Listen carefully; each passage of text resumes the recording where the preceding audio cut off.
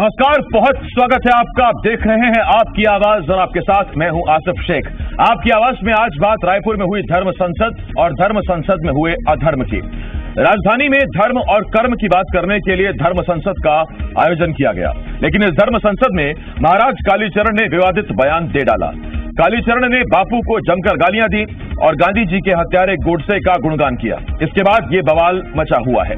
कांग्रेस कालीचरण पर एफआईआर दर्ज करवा चुकी है। कालीचरण सरेंडर करने की बजाय वीडियो जारी कर रहे हैं।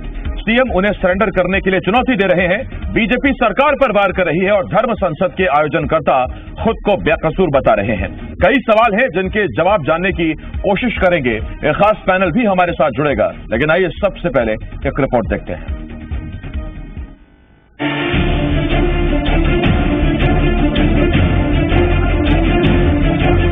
रायपुर में धर्म संसद में हुए अधर्म पर बवाल थमने का नाम नहीं ले रहा है। महाराज कालीचरण आए और बापू पर काला बयान देकर चले गए। बापू को गालियां देने के बाद से छत्तीसगढ़ में हंगामा जारी है। खुद कांग्रेस प्रदेश अध्यक्ष मोहन मरकाम ने कालीचरण के खिलाफ एफआईआर दर्ज करवा दी। पुलिस की टीमें कालीचरण को पकड़ने के लिए रवाना हो चुकी हैं।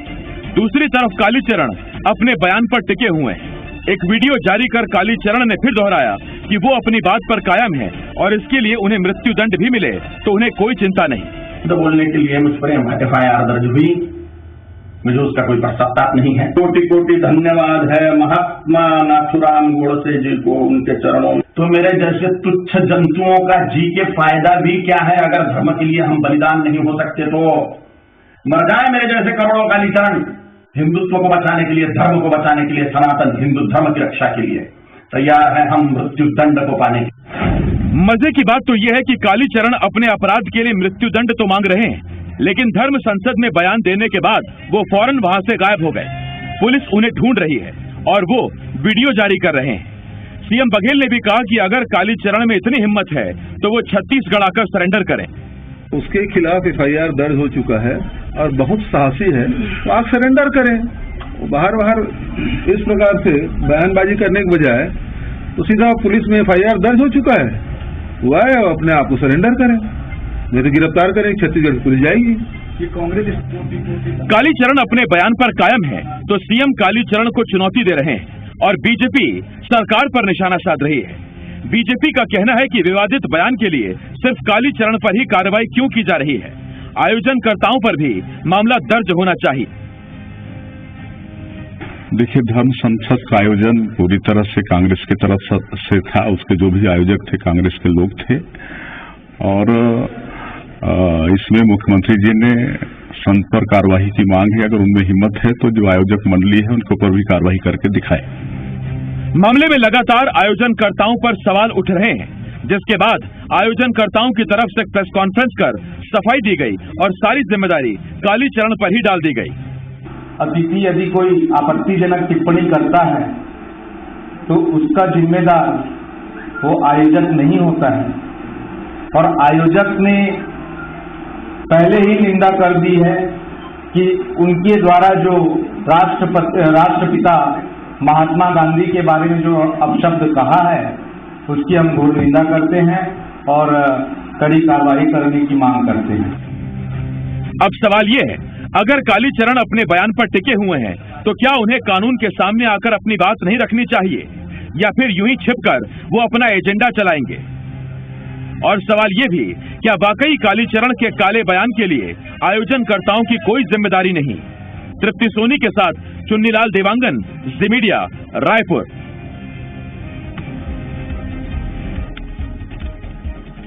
सवाल बहुत सारे हैं। दो खास मेहमान हमारे साथ हैं। नितिन भंसाली जी कांग्रेस की तरफ से, बीजेपी की तरफ से अमित चिमनानी जी हमें ज्वाइन कर रहे हैं। बहुत बहुत स्वागत है नितिन जी आपका भी और अमित जी आपका भी। नितिन जी, क्या उस सभा में जो बयान दिया गया उसके लिए केवल और केवल कालीचरण जिम्मेदार है, जबान उनकी है, या दरअसल आयोजनकर्ता भी जिम्मेदार है? और तब जबकि नीलकंठ त्रिपाठी ये बता चुके हैं कि सच्चिदानंद उपासने भी आयोजन समिति के हिस्सा थे। देखिए, इसमें गुनहगार जो भी है, कालीचरण तो प्रमुख आरोपी है, और भी लोग जो इसमें शामिल होंगे। एक मिनट आपका कंप्लीट करें, एक छोटा सा करेक्शन। देखिए, ये सवाल ये अमित जी से था, लेकिन आपके लिए फिर इसी में सवाल मैं ऐड कर देता हूं कि आयोजन समिति पर जो कार्रवाई की मांग हो रही है उसमें प्रमोद दुबे का भी नाम आ रहा है, तो प्रमोद दुबे का नाम आपके लिए और सचिन उपासने का नाम वो अमित जी से पूछूंगा। हाँ, अब बोलिए नितिन जी। मैं शुरू करूं? जी जी। देखिए, मुख्य आरोपी तो कालीचरण ही है। ये पाखंडी, ये चोर, मैं तो ये कहूंगा ये संत कहलाने के लायक नहीं है। धर्म संसद में किस बात को लेकर, किन मुद्दों को लेकर ये धर्म संसद का आयोजन किया गया था? जहां पर सनातन धर्म की बात होनी थी, जहां पर सोशल जस्टिस की बात होनी थी, जहां पर सारे धर्मों के हितों की, लोगों की जन समस्याओं की, जन कल्याणकारी योजनाओं की, या जिन भी विषयों पर चर्चा होनी थी वो चर्चा तो हुई नहीं। ये चर्चा कहां पर आ गई? गांधी जी पर। अपशब्द कहे, घोर आपत्तिजनक शब्दों का उपयोग यहां पर कालीचरण ने किया, और इसको संत कहते हैं। ये तो सनातन धर्म के नाम पर ऐसे संत जो हैं ये कलंक हैं। और यहां से भागने के बाद ये वीडियो जारी करके क्या बताना चाह रहे हैं? आज भी इतनी बड़ी गलती करने के बाद, राष्ट्रपिता को मंच से गाली देने के बाद भी इस व्यक्ति को शर्म नहीं आ रही है। बेशर्म व्यक्ति है ये आज भी वीडियो जारी करके ये कहता है कि नाथूराम गोडसे जिंदाबाद। नाथूराम गोडसे का सपोर्ट करता है। नाथूराम गोडसे का सपोर्ट कौन करता है ये पूरा जग जानता है, सारे लोग जानते हैं, मीडिया जानती है, सारे लोग जानते हैं कि कौन नाथूराम गोडसे का सपोर्ट करता है। इतना ही साहस यदि इस कालीचरण में है तो वहां बैठकर छुप छुप कर वीडियो क्यों जारी कर रहा है? कानून का सामना करे और यहां पर आकर ये बताए कि उसने जो कहा वो सही है। देशद्रोही है ये कालीचरण, बिल्कुल बख्शा नहीं जाएगा। आयोजन समिति में जो भी लोग थे, मैं बता दूं, रायपुर के पुजारी पार्क में मीटिंग हुई थी जिसमें भाजपा के, कांग्रेस के, धार्मिक संस्थाओं के, विभिन्न धर्मों के लोग भी शामिल हुए थे और 300 संतों को इसमें बुलाया गया था। अब इस कालीचरण को किसने बुलाया, किसके बुलावे पर आया, किसका एजेंट बनकर बात किया, ये सारी चीजें जांचों में स्पष्ट होगी। लेकिन मैं ये दावा करता हूं जो भी दोषी होगा उसके खिलाफ कार्रवाई होगी। ठीक, सवाल तो सर मैंने पूछा कुछ और था। कालीचरण ने गलत किया ये तो हम सब जानते हैं, और घोर गलत किया ये भी हम सब जानते हैं। खैर, मैं दूसरे राउंड में आपके पास आता हूं। अमित जी, आपके पास आ रहा हूं।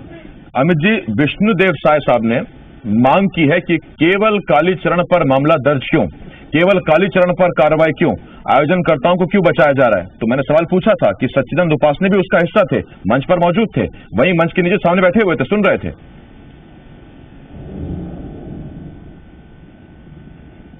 देखिए, आसिफ जी, उपासने जी का जीवन धर्म के प्रति समर्पित रहा है और जितने भी आयोजन होते हैं उन्हें एक सदस्य के रूप में, मार्गदर्शक के रूप में आमंत्रित किया ही जाता है, और शायद आगे भी हो तो उन्हें आमंत्रित किया जाए। उनका अनुभव इस क्षेत्र में बहुत बड़ा है। लेकिन इसमें मुख्य रूप से कांग्रेस के तमाम नेता ही इन्वॉल्व थे, मुख्य संरक्षक भी वहीं से थे। और इतना नितिन जी कह रहे हैं, टेबल ठोक ठोक के कालीचरण जी को बहुत बुरा भला कह रहे हैं, लेकिन जब वो एयरपोर्ट आए, वो मेरी मर्जी है, वो मेरी मर्जी है ना। आप तो आतंकवादियों को जी लगाते हैं, आप बीच में मत बोलिए, इनको चुप करा दीजिए। नितिन जी प्लीज एक मिनट। हाँ अमित जी बोलिए, फिर मैं आता हूँ नितिन जी आपके पास। जी, दिग्विजय सिंह तो आतंकवादियों को जी लगाते हैं, ठीक है, थोड़ा सा ध्यान रखिएगा, आपकी पार्टी के। हमारी जो सभ्यता है हम उसी से बात करेंगे। तो जब कालीचरण जी आए थे तब सबसे पहले कांग्रेस के नेताओं ने ही फोटो डाले सोशल मीडिया में कि महाराज जी आ गए, बड़ा स्वागत है, हमारे घर आए हैं। वो कांग्रेस के नेताओं के घर भी गए, और जब वो ये भाषण दे रहे थे तब कांग्रेस के ही नेता उनके पीछे खड़े हुए थे। क्या कर रहे थे भाई? कांग्रेस के नेताओं की अगर आप गिनती करिए तो भाजपा के नेताओं की गिनती बड़ी कम है उनके सामने। और बड़ी बात है कि जब उन्होंने ये भाषण दिया तो उनको, मैं पूरी कर लूं सर, नंद कुमार साहब थे कि नहीं थे? नहीं, मैं आपसे बात पूछता हूँ। सर ये तो मैंने कल ही पूछ लिया था, मत करिए। ये मैंने कल ही पूछा था कि सामने दोनों के नेता बैठे हुए थे। मैं तो आपसे अमित जी ये पूछ रहा हूँ कि अगर मैं आपके घर आऊं, आप मुझे भरपूर सम्मान दे और मैं कोई ऐसी बात कहूं जो आपकी आस्था, आपके विश्वास को चोट पहुंचाती है, तो आपने स्वागत तो मेरा बड़ा ठीक किया था, सत्कार किया था, ये मानते हुए कि मैं बहुत सत्कार आपकी बात रखूंगा, आपके धर्म के बारे में अच्छा बोलूंगा। लेकिन मैं अगर ऐसी कोई गलत बात करने लगूं तो आप मेरा सत्कार करेंगे क्या? आप मुझे फिर डांटेंगे ना, आप मेरे खिलाफ कार्रवाई करेंगे ना? सत्कार यहाँ पर कौन कर रहा है ये देखने की जरूरत है। और जब भाषण दिया गया वो भाषण पूरा क्यों चलने दिया, ये प्रश्नवाचक चिन्ह है। भाषण देने के बाद आयोजन खत्म हो गया, उसके बाद जो आज जिनकी बात चल रही है वो चले गए, उसकी जिम्मेदारी किसकी है? ये बार बार नाटक कर रहे हैं महात्मा गांधी जी के नाम से, जिन्होंने इनके विधायक पिछले बार जो विधानसभा में गोष्ठी हुई थी, बड़े बड़े खादी के नए वस्त्र पहन के गए थे और पूछा गया था कि महात्मा गांधी कब पैदा हुए, तो कांग्रेस के नेताओं को तो इतना नहीं मालूम, कांग्रेस के नेताओं को इतना नहीं मालूम, और महात्मा गांधी के नाम पर नाटक।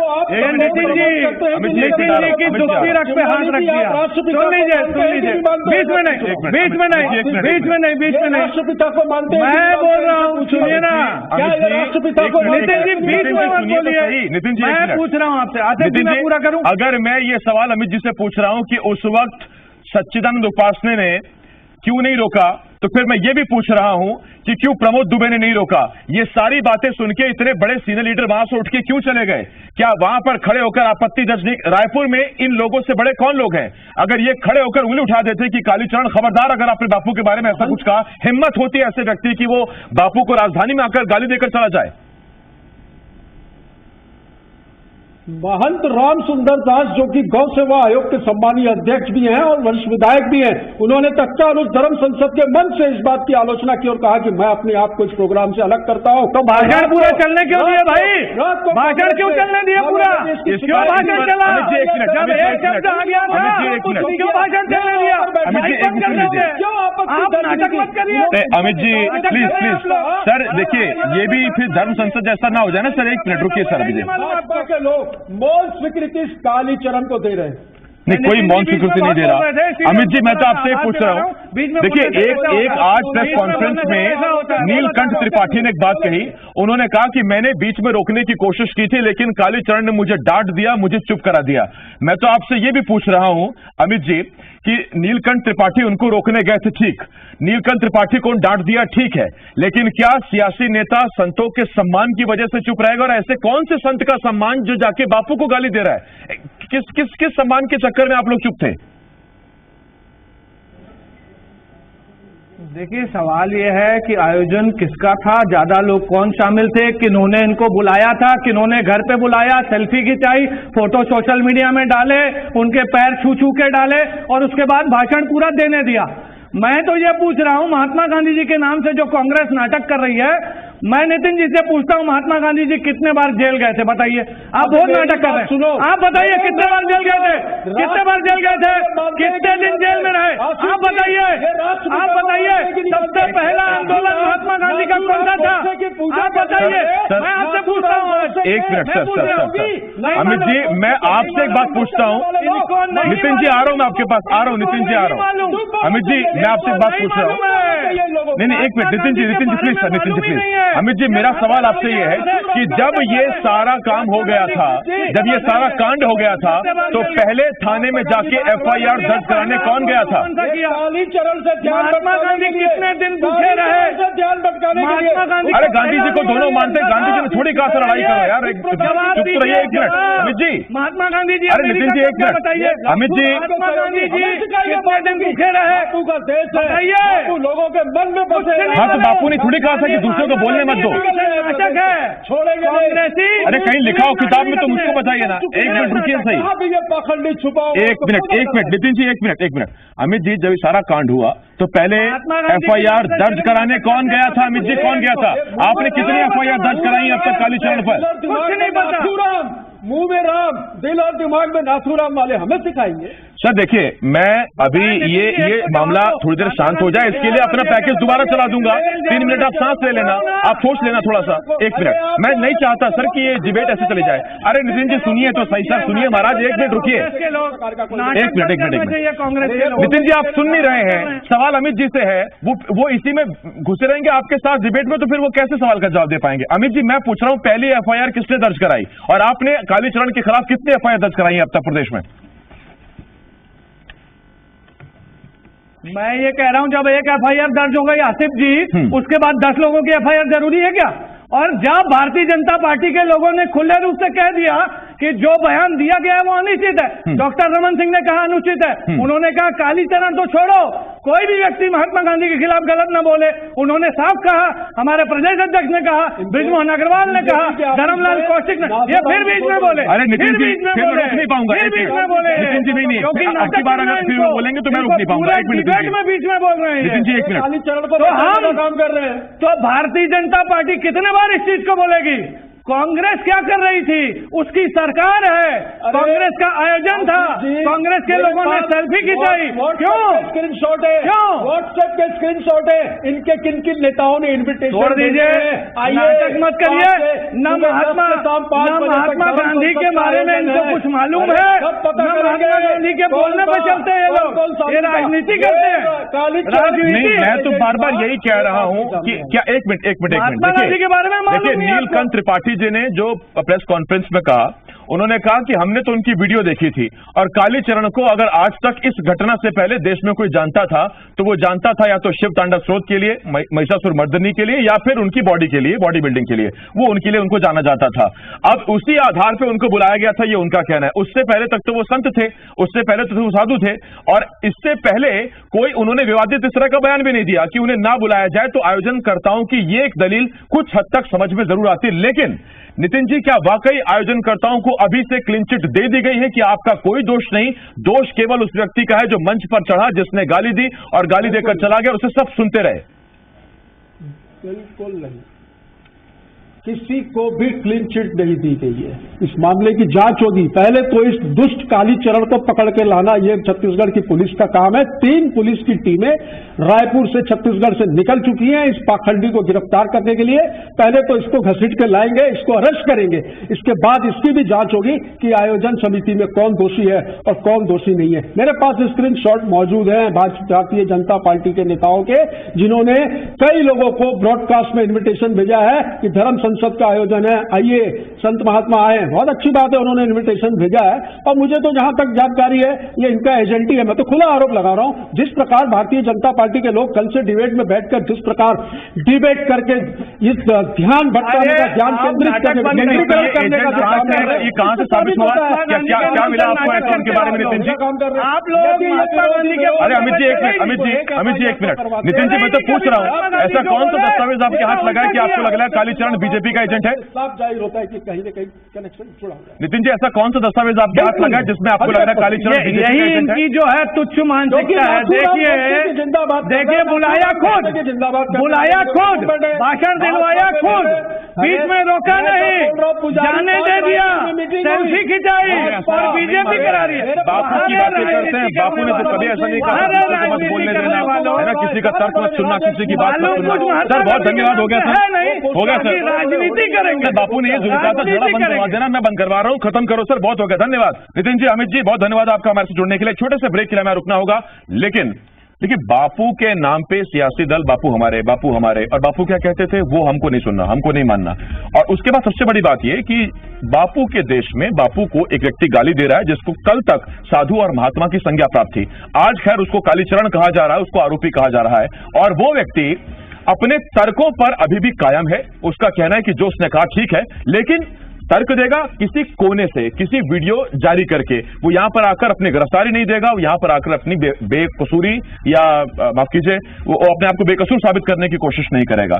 ठीक है, अब 3 पुलिस पार्टी रवाना हुई है और उसके बाद जांच होगी, लेकिन हाँ इतना जरूर है क्योंकि मामला बापू से जुड़ा हुआ है जो बहुत बड़े एक वोट बैंक को प्रभावित करते हैं, और चूंकि मामला हिंदुत्व धर्म संसद से जुड़ा हुआ है तो ऐसा कैसे हो सकता है कि बीजेपी या कांग्रेस इस मामले को छोड़ दे। बहुत बारीकी से और समझदारी से अपने हिसाब से हिसाब लगाइएगा कि इस मामले में दोषी कौन और निर्दोष कौन। जनता की अदालत भी कोई चीज होती है। छोटा सा ब्रेक है, जल्द लौट रहे हैं।